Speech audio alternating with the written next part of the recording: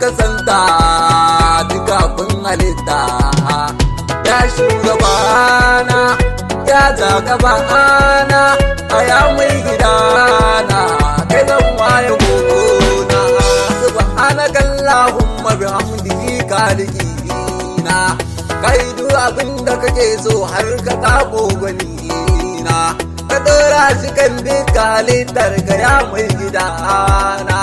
har ka ba shi ceton al'umma a yau malkiya salatika ka kara daɗi Allah ga abban sakina firkan cikin kumfai kunu ya kalikina min ka kai wa nabiyil kulli ya mai gidana sanadinsa ya almaliku kara baiwar yabona halin gidansa ka sa Allah ban bar su ba haya da sahabu duka saka Allah na farkon gida haya shaunan magansu suke nuni ba sa juya baya madugunka ya addawa ku ka sanya da shi ba. Ya shugabana ya jagabana a ya mai gidana kai zan waye mona. Samun da ayar Allah haidara masu girma Allah har Hassan da Usaini ka sa jinin shugaba ma Abubakar da Umar Usmanu ka sanya da su ma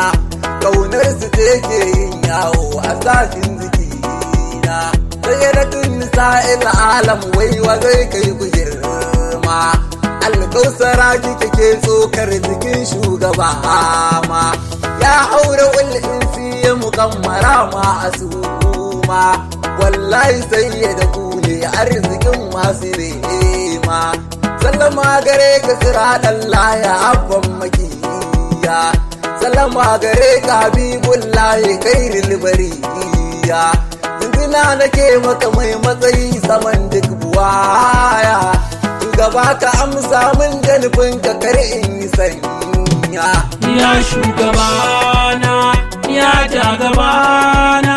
a ya mai gidana kai zan waye mona. Na farki ilawa abin nuni sallama ga sarki abin san ilawa abin koyi ta kamar saraki abin so ga dukkanin alam garkuwar masahaki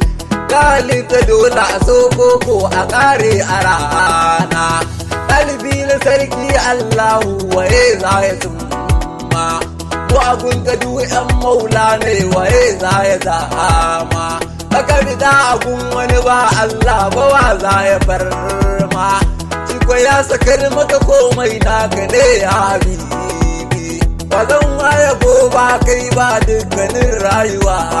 ta ba zan waye ba kai ba farin cikin zuciya ta ba zan waye ba kai ba gwanin da ke ba ni gata ba zan waye ba kai ba wani ka baya gaba na.